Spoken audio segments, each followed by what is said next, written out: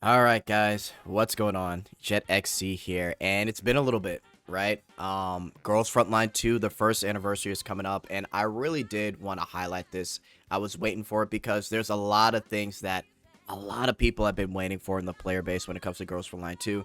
And of course, there's been some ups, there's been some downs, there's been some drama, and I want to kind of talk about it all while going over this whole first anniversary. One thing I'm really excited for that I think is one of the best additions that they made is the crew deck. The crew deck will be coming this anniversary on the 27th, and I kind of consider it like the end game for Girls Frontline 2, because you just get to place your dolls in their outfit, and you get to do a bunch of different interactions as they continue to develop the feature, right? And they've got a lot of cool things like the ASMR room and all that stuff. It's pretty cool. And on top of that, too, we do have the controversial gotcha skin, which we'll be talking about. And overall, the first year anniversary it's packed. There's like a lot of stuff in there. We're just gonna go over the basic stuff. And let's really just talk about it. So when it comes to Girls Frontline 2, before the anniversary starts, there is going to be a event, I guess you could call it, where they're going to be placing stuff in your mail from November 22nd to December 1st. They will be giving out gotcha tickets, collapse pieces, and Macchiato's crew deck story interactions. So for those of you that remember the very, very viral, and I mean very viral interaction where Macchiato is all hugged up on the commander during the horror movie thing, right? And she's being all cute and stuff like that. 10 out of 10 interaction. That will be coming for free, and that's based off of the back and forth between players and the Girls Frontline 2 development team. Huge W, right? And for those of you that are wondering, because I'm sure a lot of people are going to want to know, with the gotcha skins, we're getting 15 in the mail from November 22nd to December 1st, and we're getting some free tickets as well just by doing the event. So everything combined, and this is including like apology tickets that CN got and things like that, we're getting around like 65 tickets. So whether you want to save those tickets or whether you actually want to go for Klukai, you're getting a good chunk of tickets to start out with. And you know, you're definitely, if you go for Klukai price wise, it's gonna be like what, like $30 to $40 to guarantee that skin. So it's gonna be up to you. We do know the next gotcha skin, which we'll get into towards the end of the video, because I want to talk about how their release of gotcha skins are going to be. So definitely stay tuned for that. Now, continuing on, the anniversary starts November 27th. It's gonna be pretty good. We have Leva and Lena, two really popular characters that are going to be coming out for Girls Frontline 2. We have them in their Deep Oblivion event.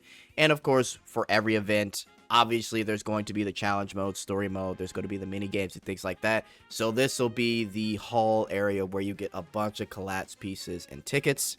So we'll have that starting off. So we got the double banner. And crew deck is going to be the really big expansion to their whole dorm system that they have already.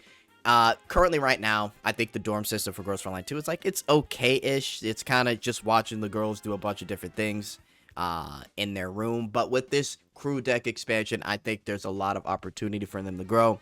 There's going to be furniture. There's going to be interactions with certain dolls.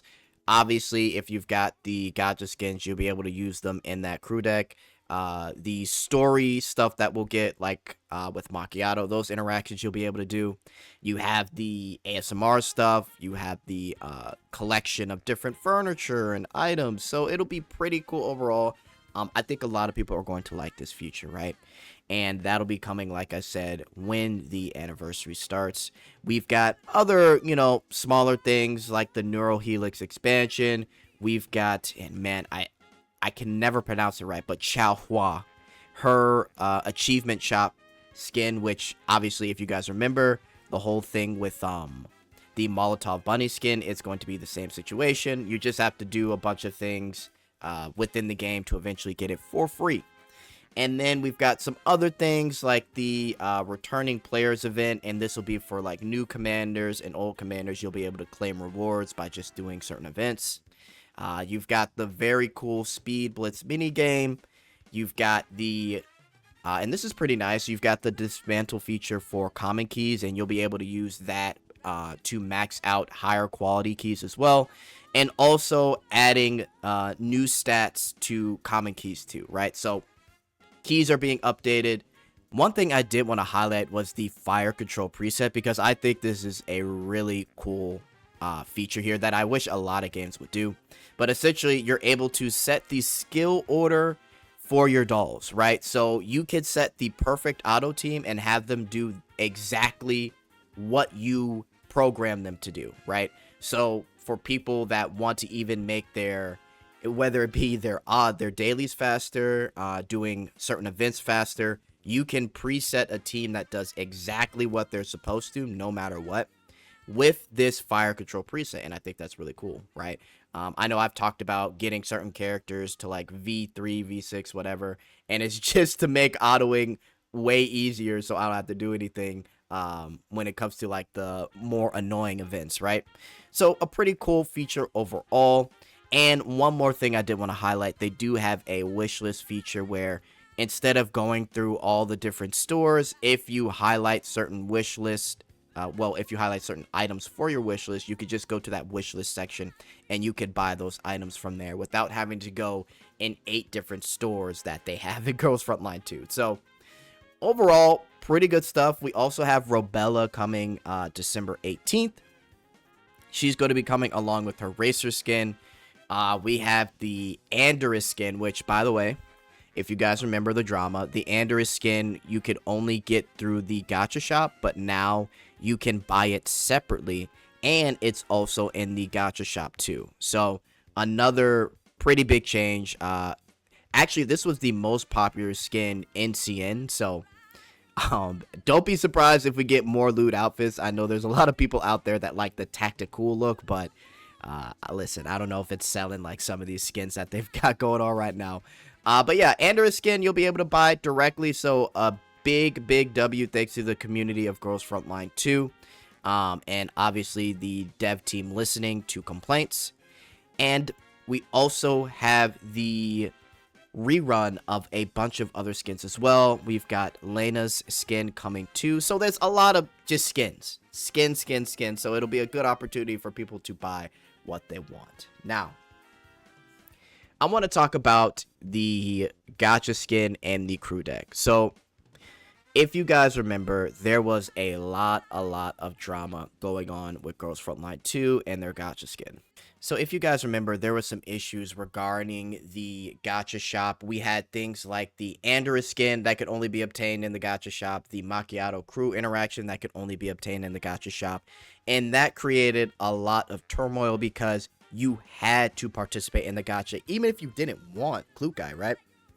And her skin. So that's what really made it aggravating to players. But thanks to a lot of back and forth and listening to feedback, we were able to get the skin and future skins in the gacha shop to be a direct purchase that aren't the gacha skin.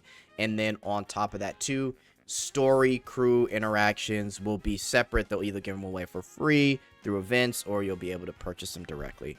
So overall, pretty good. Now, I did mention this earlier, but we will be getting around like 60 tickets in total. That's including the apology stuff free by just doing events, logging in, things like that for the gacha skin of Klukai. So this is an opportunity for you to really get like a discount on the skin and or save for the next upcoming banner, which is what I want to talk about here, because the new character coming out in CN for their anniversary is Lorelei.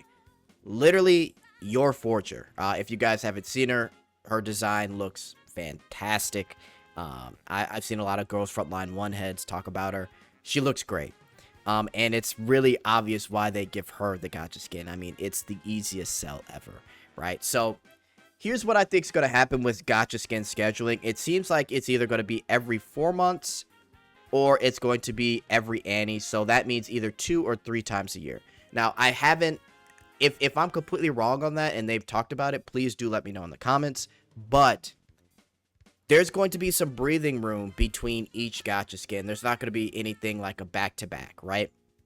So for the next gacha skin upcoming, let's say you just don't have any tickets, you're getting 35. And then if you're doing your weeklies and all that stuff, you'll be able to get another 6 tickets. So all in all, with one patch, if you just wait, that is 40 tickets. So you're looking at around max like $60 for the skin, which is comparable to other gacha skins. I know a lot of people are saying like, oh my god, but it's $200, and that's because of the option with the blue tokens, which, to be honest, I could see how that looks absolutely terrible, because if you just want to use blue tokens, it's $200. But if we're being real here, everybody is going to buy the pack that gives you the gacha tickets. So it ended up being $100, right?